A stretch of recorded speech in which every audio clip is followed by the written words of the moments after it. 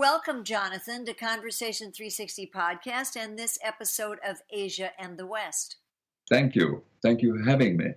So, Jonathan, you've been in Hong Kong since 1978, is that right? Wow. The 23rd of February, 1978, 3:30 in the afternoon. And it was drizzling. Oh, you're so funny. Well, your practice is, I know, primarily criminal defense work, and I know your work is highly valued, not only because you have such a deep understanding of Hong Kong, but also because your practice is really international. So, over that period of time, you've witnessed not only change in the legal system, but you've been an eyewitness to what's referred by Hong Kongers and Westerners as the handover, when Great Britain gave up its colonial rule of Hong Kong to the Chinese. By the way, I'm fascinated that mainland Chinese refer to it as the return. Is that right? Possibly, yes. Yeah. I suspect there are different ways of expressing it. So the handover was supposed to bring forth this one country, two systems concept. So how has that worked? Well, again, it's going to depend on who you speak to. From my perspective, it hasn't been too bad, actually. I mean, how many years in are we now? 15 or something? Yeah. The court system remains pretty well the same. I mean, there's a greater bias to the Chinese language, but that was inevitable. But there is still dual language, so English and Chinese are both official languages in the court. The judges seem to still operate independently. There is a separation of the powers. And all in all, I'm pretty content that the arrangements that were entered into as far as the legal profession was concerned have been honoured. So is Hong Kong still the place to be? Obviously, when you came there in 1978, you had views of what you hoped would happen with your life there. Are you still in love with life in Hong Kong? Well, let me tell you, I came in 1978 actually more on a holiday. It wasn't really. It wasn't like I set out from England with great ambitions, although I did fancy a job here. Uh-huh. And I did very early on. It was a rather interesting one that involved a Chinese lady and her husband who were, we said, grooming starlets for the film industry, and the prosecution said otherwise. They were ladies of the night, I think is probably the polite expression. A colourful start, and it was a headline case, and I had this picture on the front page of what used to be called the Star newspaper. And so it was a colourful start. But yeah, I mean, the town then was very different indeed. I mean, it was small, relatively. It had a village feel to it in the centre. There was a sort of expatriate bit that was central Hong Kong, and then the rest, which a lot of expatriates never saw, frankly. They never saw. But I did, because my work took me to the far reaches, and so I saw the working side of Hong Kong, the sort of down and dirty bit, really. And indeed, my office in those days was in Mong Kok, which was, you know, sort of in the middle of the peninsula. Sure. And in those days, I used to cross back and forward on the Star Ferry because there was no connecting underground railway station known as the MTR. That was built later. So it was a hugely different city and a very different lifestyle. It was very difficult getting cheese and French bread and things like that, for example. That's not true today, of course. Yeah, it's truly so an socially, city. Yeah. Yeah, I was just saying it's truly an international city now. You mentioned the Star, and I think the paper that no longer exists in Hong Kong. Right. But I think I mentioned this to you when I was there last time, that I'm fascinated by what's happened with the South China Morning Post, which has been one of the mainstays of Hong Kong. It's now, 100 years old. Are you a subscriber to that paper? Do you read it? Well, I got it for years and years, and then I stopped reading it because I stopped reading it because I was I was in it personally a lot, and I got a bit fed up of reading about myself in relation to a particular case, and I cancelled it. And I didn't read it for years. I didn't read it for years, and now I have it as an app on my iPhone, along with the Guardian newspaper, the New York Times, and the London Times. So That's yes, I read it. I Okay. read it. And so, do you have any thoughts about you? You know that Alibaba has purchased it, and I'm wondering what you think may be the result of that, if you have any. I really don't have a view. I mean, I think it's a reasonably well organized newspaper. As far as I can tell, it reports the news properly. I don't know if your president thinks that of the South China Morning Post, or whether he lumps that in with the rest of the dishonest press. But in any event, as far as we can tell over here, the press is reasonably straightforward. They're often inaccurate, of course. I mean, one of the reasons I didn't like reading about my own stories was the degree of inaccuracy. Journalists are not prone, in my opinion, to being necessarily terribly careful with the accuracy of their reports. Well, And I think since you people in that go ahead. category. No, go ahead. Yeah, MPs know better than anyone else in that regard. But I don't notice it being political. I just think it's sloppy journalism very often. So, since you brought it up, there are obviously new developments in the United States, and I'm curious as to whether you have a sense of what all this means for relationships between Asia and the West. We often talk about the conversations that are taking place between Asia and the West. What does that mean in light of recent developments, if anything? Well, I might tell you, as we speak, I just got news a couple of hours ago that the San Francisco courts had ruled, the appeal court there had ruled that the government's executive order was unconstitutional. So on a daily basis here, along with the rest of the world, we are transfixed by what's going on in the United States. And there's clearly a lot of interest around the world. It includes Hong Kong, it includes China. And actually, I was in China recently, in Guangzhou, and I was with some successful businessmen having some supper. And I did ask what the Chinese, the sort of educated people in China were thinking about what was going on in the United States. And the people that I spoke to, one of the people I spoke to, sort of paused and gave me a wry grin, and he said, "Well, we're all extremely amused by what's going on in the United States." And I think that there is a sense of disbelief here that probably is being felt in America and certainly in Europe. I know that my many friends and family in Europe are all staggered by what is going on in America, United States. And we recognize in Hong Kong and in China, obviously, the importance of America in the world. So when things get out of kilter as they are at the moment, there is concern. There, of course, is concern. So, I normally start these conversations by asking, when we talk about conversations taking place between Asia and the West, what does that mean? And I think, as you just indicated it, right now, it seems as if we're all sort of, as you said, transfixed by what's happening in the West in a way that is unsettling. So I want to just, if I can, move to, in general, how accurate do you think the Chinese understanding of the West is, and vice versa? Okay, well, it's an interesting question that you asked, Susan, because actually just earlier today I was on WhatsApp with a person in the financial world here who couldn't understand at all how the courts could possibly overrule the president. Because in China, they don't have a separation of powers. So, if the president in China says something's going to happen, it happens.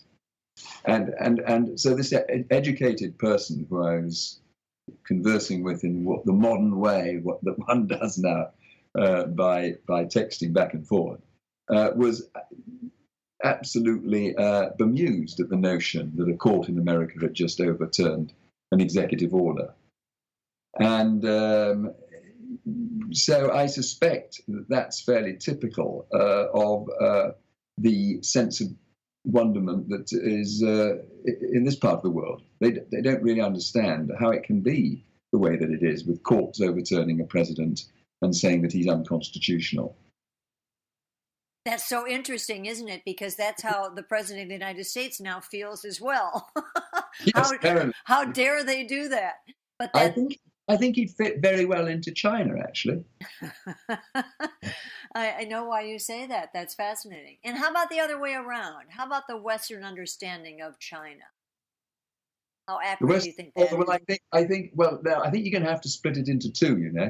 I mean, I do think that Europe and America see China a little bit differently, and I think that the Europeans generally, European parliaments, and the people, well, some of the people, understand that China is now a really serious world player, and that they are moving fast ahead with their own style of government. And I know, I know that there was one report you may have read in the Chinese press, which ran something like this recently. Look at America, and that's what they're suggesting we have here. We're actually doing quite well in China. We have a strong economic growth. We're taking our poor out of poverty, and we share some values with America. We both believe in the death penalty, where in Europe, of course, we don't. So, in fact, there's some common ground between China and America. But I don't think most Americans actually do understand China. And certainly the comments from the government of late about China seem to me to not recognize the truth at all. The idea that they could, for example, the Americans could interfere in the South China Seas if China decides to exert more influence there seems to me laughable. In the same way, by the way, that if the Chinese suddenly started to exert influence off the American coast, that would be laughable as well. But I mean, the South China Seas around the Philippines and the like seem to me an awful long way away geographically from America and their influence. But just a passing thought, Susan. You're so right about this. And now what about this recent slowdown of sorts in China? Has that had an impact on the business people that you deal with? Is it really just a blip on the screen in terms of they still have a terrific GDP when you look at economic growth in general? Is there any real impact of that slowdown, or is it just a natural progression of things? All right. So there's two views on this. One is that China is in a very dire situation economically, and the other is that this is just a correction and it will go merrily on. And I don't know the answer to that. It's beyond my remit. I really don't know the answer. But I can tell you this, that when the fat from the big goose doesn't splash into Hong Kong feels it economically, and it's not splashing as it used to. I think that the umbrella movement, a couple of years ago now, I suppose, when you recall the students came out onto the streets and paralyzed central Hong Kong. Because of their push was that they wanted to have more of an opportunity for democracy, that they felt that Beijing was dictating who should be in leadership roles here. Was that the one you're referring to? Yes, that's what I'm referring to. And the Chinese government didn't like that. And there was a great deal of tolerance in Hong Kong, by the way. I mean, the authorities were very tolerant in allowing the roads in central Hong Kong to be occupied and paralyzed for weeks. I remember I was there. Yeah, it would never happen in New York. It would never happen in London. It was extraordinary. But anyway, I don't think the Chinese government liked it at all. And I do think that they decided that they would punish us a bit by sort of turning the taps off. So, as I put it, the fat from the big goose stops splashing in and oiling the works here for a while. And of course, the same thing happened to Macau, not because Macau misbehaved, but because the Chinese government became worried about corrupt money being pushed through the casinos in Macau. So Macau felt the draft as well. So both Macau and Hong Kong, for different reasons, have suffered a bit of late. But in terms of whether China will grow again fast, or whether it's really got a damaged economy, I don't know. We'll have to wait and see. If you ask me to bet, which I know you will, Susan, I'll bet that I think it's temporary and I think it'll power on.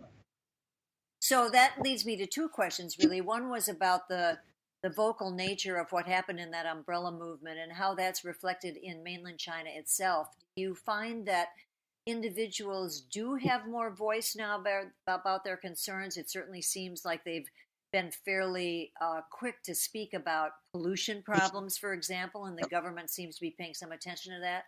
Do they have to pick and choose their issues in terms of whether there be a crackdown or a censorship on them, or is that recently loosened up?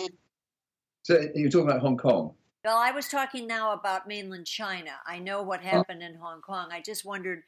Hong Kong still has free speech. Clearly, it's Yes. very, very free. Actually, I mean, it's extraordinarily keen, the Hong Kong government, to show that free speech is still here, and it clearly is. In terms of mainland China, again, I don't know. I mean, it's such a big country, of course. I mean, it sounds a cliche, but it is, and it won't be the same everywhere. Different cities, different villages, different towns will have a different standard, I'm sure, about the way in which their citizens can express themselves. So I'm afraid, Susan, you're asking the wrong person. I don't get into China enough or have enough knowledge of the way in which society works there to make a meaningful contribution, I think. Well, then let's talk about the whole issue of how Hong Kong relates to mainland China, and whether now you've been there, as we said, Yeah. some decades now. And this could be the recent the umbrella. What did they call it? The umbrella revolution, the umbrella something. What was Umbrella it? movement, I think, was it? Yeah, I think so. That was a little bit of a foretaste of China being able to use its power. Is Hong Kong going to be able to keep its own independence? Or will it, in fact, gradually just become a very interesting, nonetheless, more reflective of mainland China than it has been of its roots in the British Empire? Okay, can I just be clear about this? The Chinese government didn't interfere at all with the umbrella movement. Right. So they flexed muscles over the border and altered stuff here. In fact, as I say, the degree of tolerance was extraordinary.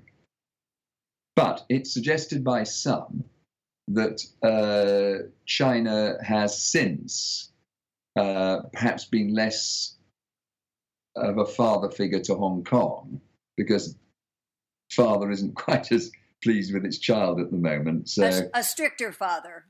A stricter father, and so that was a point that I wanted just to be clear about, because I think that at the time, what was going on in the States, because I was on television a couple of times about this for Bloomberg, and I made the comment that, was it Ferguson that was in the news at the same time? Oh, yes. Mm-hmm. And the American police, I don't think it is it, what's it, Home Guard, is it called, when the police go in and beat up their own people? National Guard, when they're in that mode, went in with, fair amount of force, didn't they? I don't think it was entirely a benign situation where people camped out for days in the street singing songs and being artists. And I drew that comparison that, while Hong Kong was in the news and there was suggestions that, that they turned water cannons or pepper spray, wasn't it? Here, pepper spray, I think, here, wasn't it? Mm-hmm. And nobody was hurt, and they stayed there for weeks. And I went down and visited, as I think you did. I did. And it was actually a very festive and gentle and thoughtful environment. And so, and I contrasted it because it was topical at the time when I was asked to in the media with Ferguson. So I still think that Hong Kong. And let's stick with Hong Kong. I was going to say China, but with Hong Kong, has this extremely benign, safe haven sense about it, with people being able to express themselves. And I think that's going to go on, actually. I see no signs of that stopping. Well, that's important, because that's really so key to Hong Kong as enjoying the kind of really central role that it plays in that part of Asia. It's a fabulous place to be, with the opportunity to travel just about anywhere easily.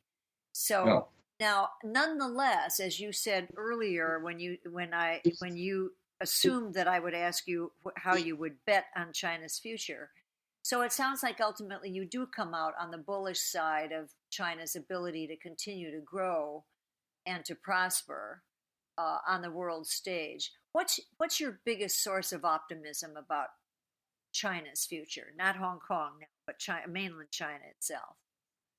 All right. Well, the first thing is, of course, we're always talking, I suppose, about time frames. I have no doubt that China is going to be okay. So I think the only question is, will it take a while to recover from this blip? It's still got growth, of course. It's just not as fast as it was before. Or is it going to be in the doldrums for a longer period of time because it's got structural economic problems? Now, that's what I'm not sure about, but I am sure that China is going to be on the world stage. I mean, I think it is already a serious partner to being a major. I deliberately didn't use the word competitor, but I do think it's a partner to the other major powers around the world. It's a partner to Europe as a major power, a Europe less Britain, in the sense that Britain's now diminished itself through Brexit, of course. It's a partner to the Americans. I mean, it's big enough now to say we stand shoulder to shoulder on many items, many economic issues, possibly military, I don't know. And then I suppose we've got to count Russia in there as well as still being a major power. And Russia's flexed its muscles a bit recently. And so you've got these centres around the world, and China's certainly up there and may end up as the daddy of all powers in the not too distant future because it's got the momentum. Well, it was very interesting to see that when Xi Jinping made his entrance and his speech at Davos this year, which is the first time that he's been there, it was fascinating. Certainly to me, it seemed ironic that here we had the leader of China speaking as the representative of the open global country that, in fact, wants to take the lead or appears willing to take the lead on really big global problems like the environment. Yes.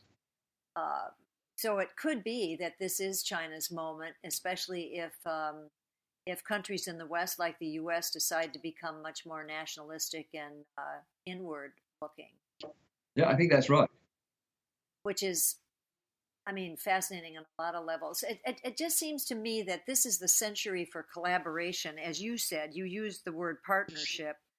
That seems like such an intelligent way to move ahead because most of the challenges are bigger than any country's borders, like pollution. Yes, I agree. Yeah, absolutely. And unless there's some understanding between, we'll call them the major powers, there's the Europeans, the Russians, the Chinese, and the Americans, unless they can hold together and deal sensibly with the big world issues, then we are going to have a fairly uncomfortable ride ahead, aren't we, it seems to me. And, there is scope because there's scope for that because the Chinese in particular have stepped up to the plate, as you say.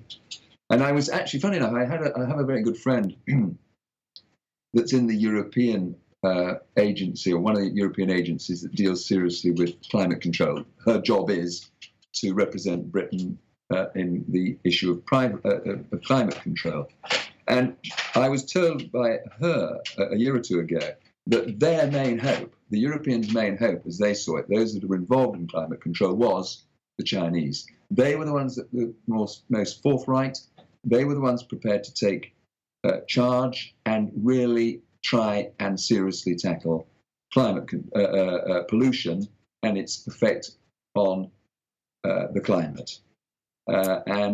So that was interesting. And as I say, I think the Europeans probably have a warmer feeling towards China than certainly the current US government seems to have towards China. Funny enough, the warmth is towards Russia and the slightly cold shoulder to China, which baffles me and perhaps people in Asia.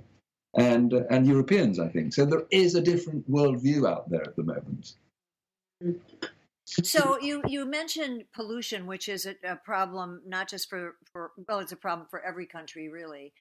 What will other major challenges be to this positive picture about uh, China's future? What could get in the way of that?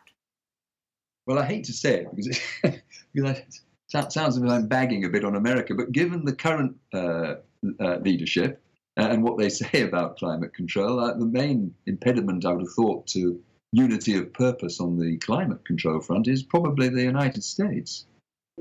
I mean, if President Trump is really a skeptic in relation to the whole issue and thinks it's a Chinese Chinese plot to somehow destabilize American industry, then that sounds to me like a problem.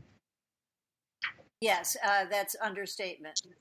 Now, but climate aside, there are other issues that are particular to China, or at least Oh, that they have some concern.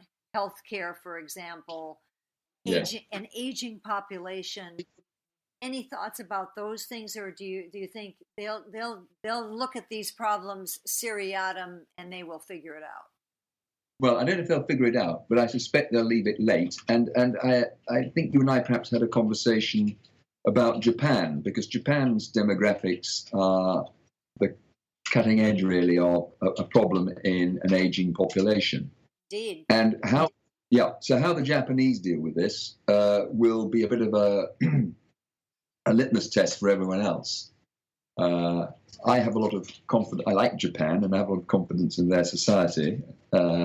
And I'm rather pleased that they're dealing with the problem rather than another country around the world. I mean, they'll be very systematic in trying to deal with the issue. But it is a huge problem in terms of the drain on resources, because, of course, as the older you get, the less work and less productive you become, the bigger the burden for the rest. But, in that regard, there is an interesting statistic. I can't be specific about the statistic, but it runs this way, that the Japanese traditionally, when they get very old and frail, they go up to the mountaintop and they die. The people in the West get frail and we put them on life support, and we throw or a very large percentage of our medical resources to keeping people alive another 6 months, very often in adverse circumstances, and then they die. So something like perhaps 60% of the budget goes into keeping the elderly alive for a few extra months when they're really dying. So the Japanese have a sort of inherent start if that traditional position for the Japanese remains good. In other words, they don't throw all their resources in trying to keep people on life support, perhaps unconscious, but at tremendous expense, alive for an extra few weeks or months. But if the West continues with that position, they're just simply going to they're going to run out of money when it comes to healthcare. And it's happening. It's happening in Britain. It's happening in Europe generally. It has a much more socialistic approach to health than hitherto the American people have enjoyed or are going to suffer as a result of having it. I don't know.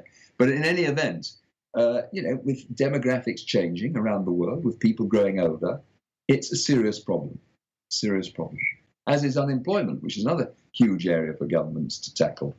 You're bringing up Japan is fascinating to me because my understanding, I could be wrong, but I've been told that Japan has really already passed the point at which it could recover its population growth. That it no longer can do that without allowing emigration into its country. Or a lot of Viagra. Sorry, or lots of Viagra. Is that what you said? No, but I don't know whether that's even possible. This was several years ago that I was listening to somebody who was a so-called expert in this area who said that no, indeed, it's not possible for Japan to recover and to be purely Japanese in the sense that they've always aspired to be, and that they will have to allow immigration in a way that has just not been part of their culture. So that's going to be fascinating. But I think that is exacerbated the problem in China because of the one-child rule, so that we have very small groups of young people trying to take care of a lot of older people. So yeah, we all have our problems, and that's those are going to. The Chinese have relaxed the one-child rule, as you know, and they're very anxious to get their growth rate up now. But what I understand is that young people who are of childbearing age are saying, now I'm not so sure that we really do need more kids. So they haven't been sort of leaping up to the opportunity. So no. Is there anything else, you're always so fascinating, Jonathan, is there anything else, any other issues that you'd mention regarding this whole East meets West issue, something that you find especially interesting or fascinating to consider? How long have you got? I think we have a few minutes. No, I mean, I think the East and West has fascinated people for donkey's years, hasn't it? I mean, it's always been interesting, you know. And, you know, travel west, young man. And I remember when I first came out here, I was very young, and I just graduated as a lawyer from England. And I was just... You know, I actually had this image of sort of fairly low, you know, not skyscrapers, but I had this image of sort of Shanghai waterfront, 1920s look. So it was a bit of a shock to me when I came to Hong Kong. There was all these tall skyscrapers. But from the moment I arrived, I thought it was... Well, Margaret Thatcher used to call it Toy Town. Did you know that? I did hear that. I might have told you. She used to say apparently, how are things in Toy Town? And you know, and I think she meant it. I mean, she was a big fan apparently, because of course it was a tremendous example of capitalism working. Indeed. And it was Toy Town really. It was a wonderful environment to grow up in. Professionally and socially. And the lack of politics was wonderful. I mean, for 15 years, I never heard the word politics here. That was very refreshing. Nobody bothered about politics. We had a benign state of affairs with governors. And, you know, I have to say this. I don't know if it's politically correct, probably isn't, so I'll say it. That an awful lot of people, I mean, I'm always hearing from taxi drivers that they preferred it then. They preferred it when there was no politics and people laughed a lot and they had lots of opportunity. And there's something about the move into a political age that always seems to cause agitation. I'm sure, you know, you can't get round it, of course. I'm not suggesting that we should all return to the old days, but it was a wonderful place. And of course, it was the safe haven from China, because in those days China was very different. I mean, they're two different countries. When I came here in 1978, China was a dark place across the border, and it is nothing like it. I mean, it's a miracle. China is a miracle, and I'm always a little concerned when West, that's Europe and the States, you know, start to sort of keep imposing their own political view on China. And saying that they have a terrible human rights record. Because, you know, if you look around the world, there's all sorts of countries that have human rights records that are, from one perspective or another, bad. And I often tease American friends about the body counts. I mean, you know, how many times have Britain and America actually gone into other countries around the world for whatever reason they think is good and caused death and mayhem? And yet they turn around and say, well, China has a bad human rights record. Well, you know, how often has China invaded other countries around the world in the last... No, I don't think ever, have they? So I have interesting conversations with both European friends and American friends about the position in Asia, which is really a rather peace-loving part of the world. Yeah, and I think that comes as a great surprise to a lot of Westerners who, as you say, not only have they not been to China, but they really don't know anything about it. Of course, what we don't know, what we don't understand, we fear. And that's what you get. So you get some strange comments about China that are clearly tinged with concern and fear, because they don't, as you say, they don't understand China. They don't know what it's like. So what's the answer to all that? How do we fix that? Time and education and swapping people being allowed to travel from country to country in both ways. Student exchanges, professional people exchanging ideas, lawyers, doctors, scientists, educationalists, mix it all up and make it a world that understands each other. If you understand each other and you're prepared to have dialogue, you don't have wars, be they trade wars, economic wars, or indeed hard old-fashioned wars. And the minute you start closing down and being isolationist, the chances, I'm afraid, it seems to me, of catastrophe by way of a war increase. Oh, I so agree with you there, Jonathan. This sounds like a perfect place to stop our conversation, although I could certainly listen to you for a long time. Thank you so much for being part of Asia and the West and this Conversation 360 podcast. You're wonderful. Thank you. Thank you for inviting me. It's always great fun talking to you.